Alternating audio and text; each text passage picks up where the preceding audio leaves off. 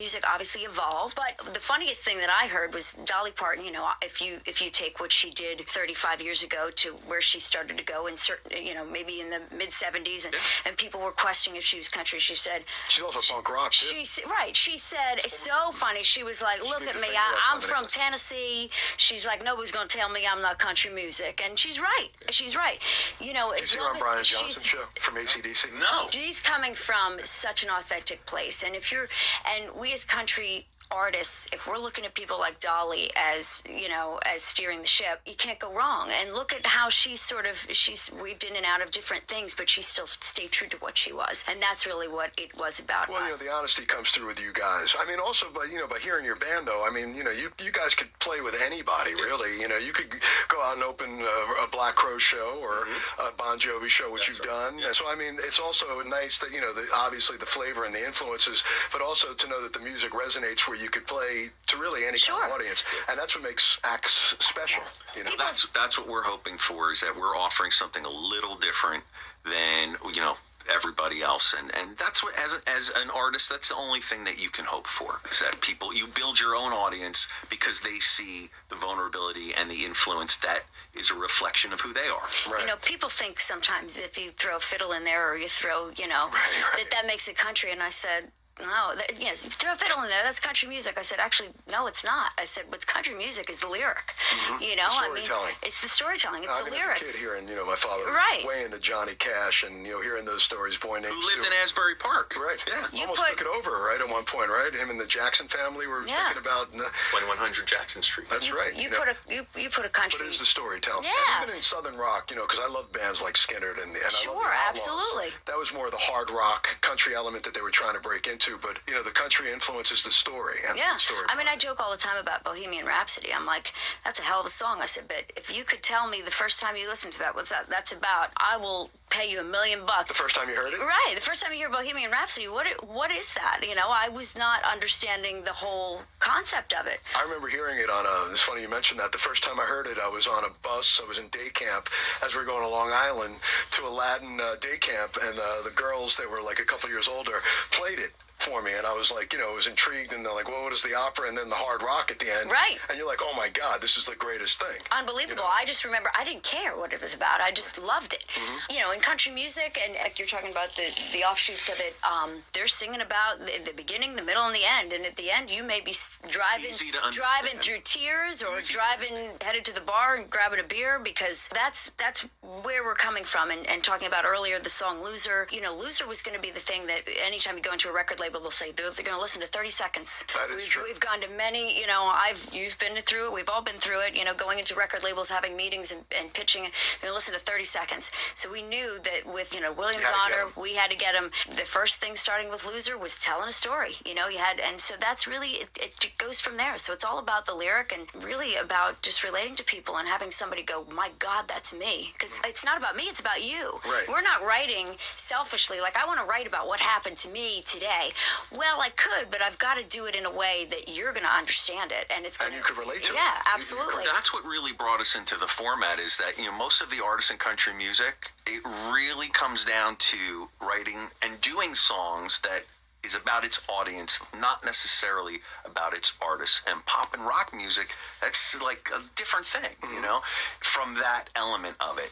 And it's all things are great, but the thing we resonate most with is that way of doing it. Well, you know, right now we're going to premiere a new song off the soon-to-be-released Williams Honor record, and it's called Can't Wait to Be Ashamed. Well, and I hope that's a good story behind this one, too. I hope you're feeling ashamed, Keith. We actually played this, I think, for the very first time in front of a big audience in a church. It was a songwriter show in a church, and we said, you know what? Interesting. If this is how we're going to start off this song in playing it, it's all good from there. How was the reaction? Oh, it was Chris Jordan, Asbury Park, said it was the highlight of the night. Yeah. And I'll tell you something. This is a first listen, like, you got it. It's almost like hearing, like, Gordon's such a Kiss fan, Heaven's on Fire by Kiss.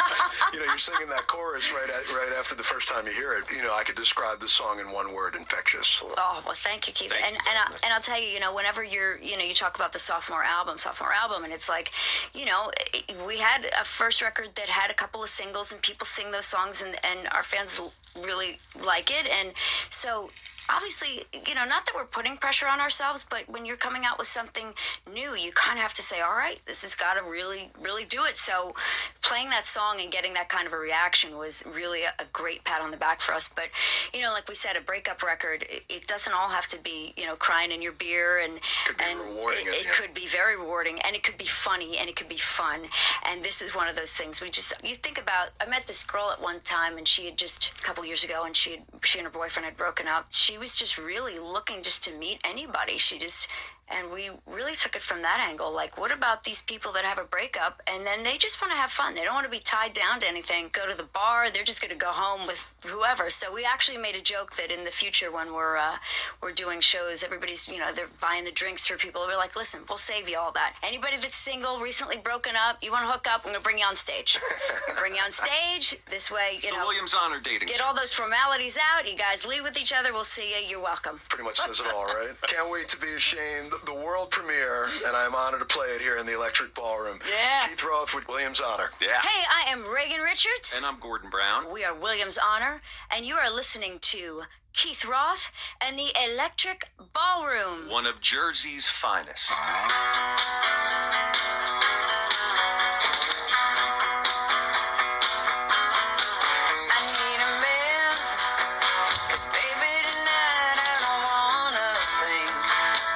Someone who will buy me drinks, and if I end up with him, what's it to you? So here I am, standing in front of the mirror now. Favorite panties are on, I'm pushing up this bra, with Marin singing hallelujah. The lipstick, the hot tricks are all coming.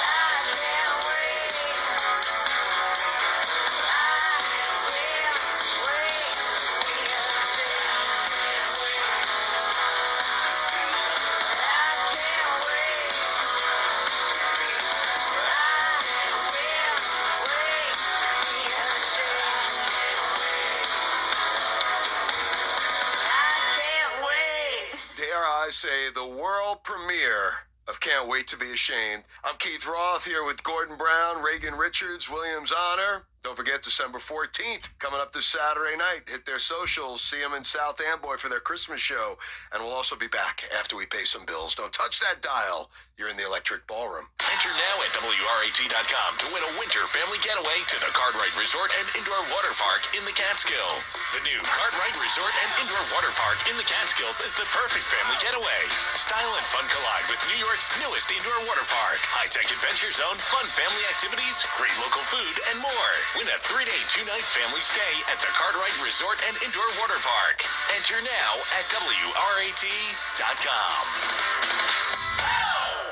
Want gorgeous curls and waves anytime, anywhere? The Unbound Cordless Auto Curler from Conair lets you experience the power and freedom of beauty in motion. Hair goes into the curl chamber. Perfect curls and waves come out. No cord to hold you back. Your hair, your way. Unplug and be unbound. Get style that lasts all day, whatever your style may be. There's something for everyone in our new line of Unbound Cordless Hair Tools. Available at Bed Bath & Beyond.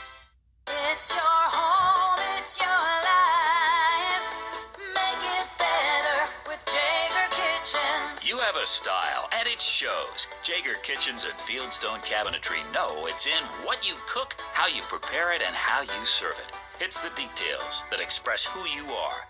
Fieldstone Cabinetry offers you beautiful details and inventive options for expressing your personal style as you create a unique and memorable environment in your home.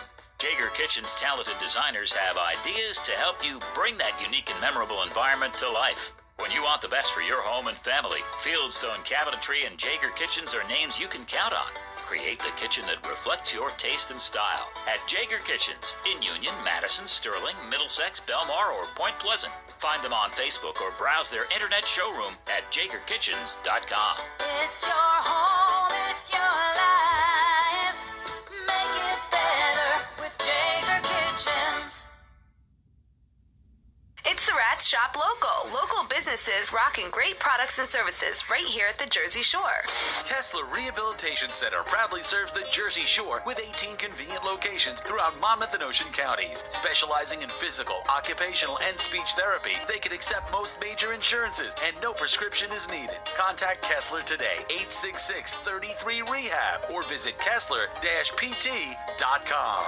Pamela Johnson, certified by the Supreme Court of New Jersey as a workers' compensation law attorney. Go to PamelaJohnsonLaw.com and schedule a no-fee initial consultation. PamelaJohnsonLaw.com, serving injured workers and the disabled.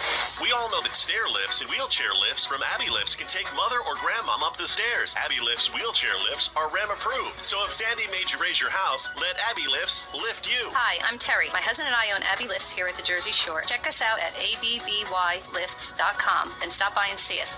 Go to WRAT.com and click the keyword local to support your local businesses. Plus, info on getting your company on Shop Local with the Rat. Hey everybody, it's Joey Ramone here. I want to wish you all a great Christmas, happy holidays, happy Hanukkah, happy Kwanzaa, and whatever you do, make sure you're happy. And the only way you can truly be happy is if you're listening to the Electric Ballroom.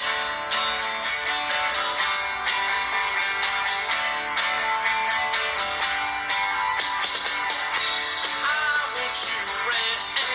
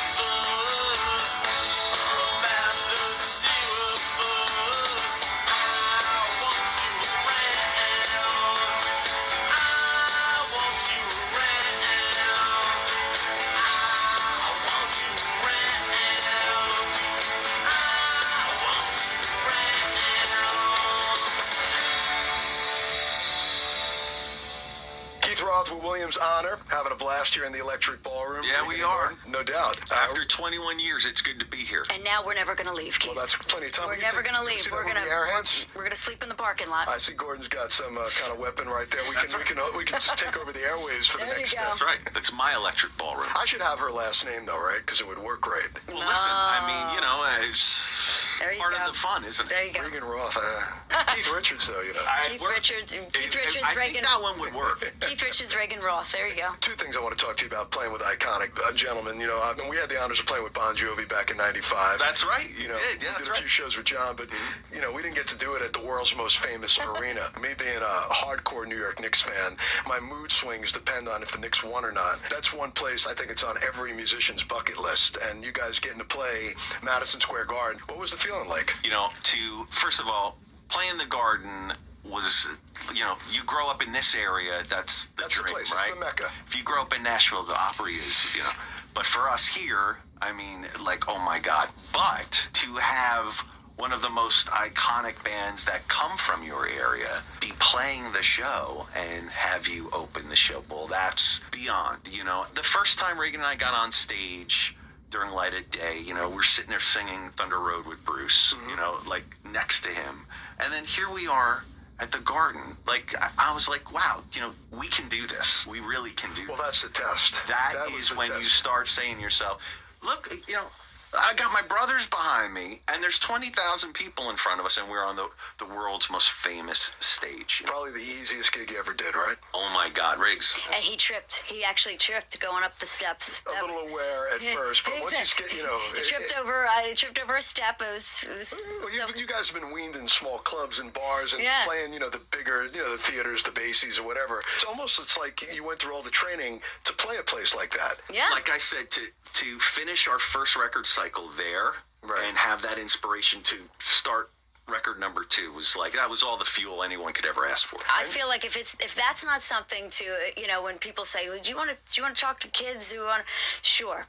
I'll tell you right now, if that isn't inspiration to, when we're sitting, because I mean, I specifically remember us sitting and writing each song, and if you would have told me that 2.5 years down the line that we would be playing them at Madison Square Garden, you know, not to say that I wouldn't have said that couldn't have happened, because you always want to say it can happen, but it actually happened. But it actually happened, so that... I'm pretty sure I told you that was a good possibility.